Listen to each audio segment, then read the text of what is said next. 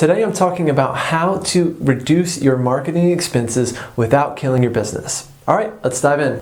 All right, so number one, pick 2 marketing strategies and do them really well. If you've heard me talk about this before, you know that this is one of my essential marketing philosophies that I rely on a lot and I teach a lot in the coaching work that I do. So pick 2 marketing strategies just for now and do them really well.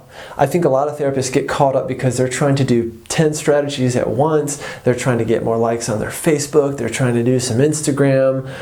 They are trying to host an event, an open house, do some networking. And the result is they don't do any of them well, right? You're just spreading yourself too thin. You're spreading your attention too thin. And you're not really learning any particular marketing strategy and learning how to implement it well. So giving you permission, I'm telling you now that my first tip is just pick 2 marketing strategies and focus on doing them well.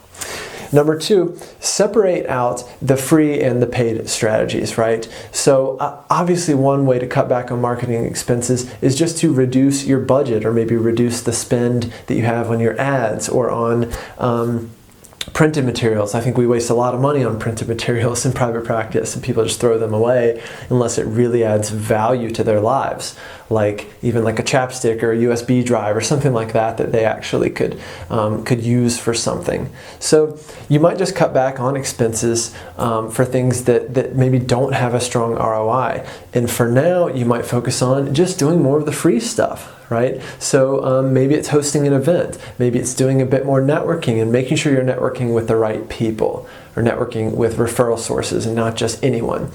So separate out those strategies. You might just take a piece of paper, draw a line down the middle, and jot down all the things you could be doing and then differentiate between free and paid strategies right now. And then going back to number 1, you're just going to pick 2 of them to focus on right now. Number 3 is to separate out what I call the fast-acting versus the slow-burning solutions. Okay, so a fast-acting marketing solution is anything that is getting in front of people who are actively seeking therapy.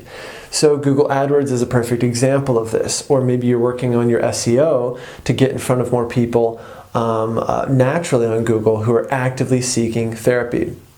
Those are going to be fast-acting strategies, right? Things that are going to get people calling right away. Then you've got more slower burning solutions, right? Or slower burning approaches. Things like networking can also be a slower burning one. Hosting free events. You might not get clients right away, but more people are going to be aware of you and of your practice in your area. So just know that some strategies are going to work right away, whereas a lot of strategies are just going to take more time. You're kind of planting seeds, right, versus kind of getting that fruit right away. So just know which one you're up to right now. Number 4 is always calculate the return on investment or ROI for whatever it is you're doing, right? So even if it's hosting a free event, you want to look at, I spent 3 hours planning this thing, 2 hours running the event. My time is worth X amount of dollars. It's worth $150 an hour, right? And so by putting in my time to this event, did I actually see a return on that investment, the investment of my time? So it's not always just investment of money, it can be investment of time, and I want you to think of it that way. So if you hosted that free event, maybe you got one client who came 12 times, right? So you saw the return on that investment, and hopefully it's more than that, right? But in general, you just want to be looking at things kind of matter-of-factly whenever you're making these decisions about your marketing, and in particular trying to cut down on the expenses of your marketing. At the end of the day, a lot of effective marketing strategies do cost money, and we do have to spend some money to make money. But be smart about it, make the right decisions, right? Focus on your 2 strategies, and of course always know when to hire help and have a professional help you.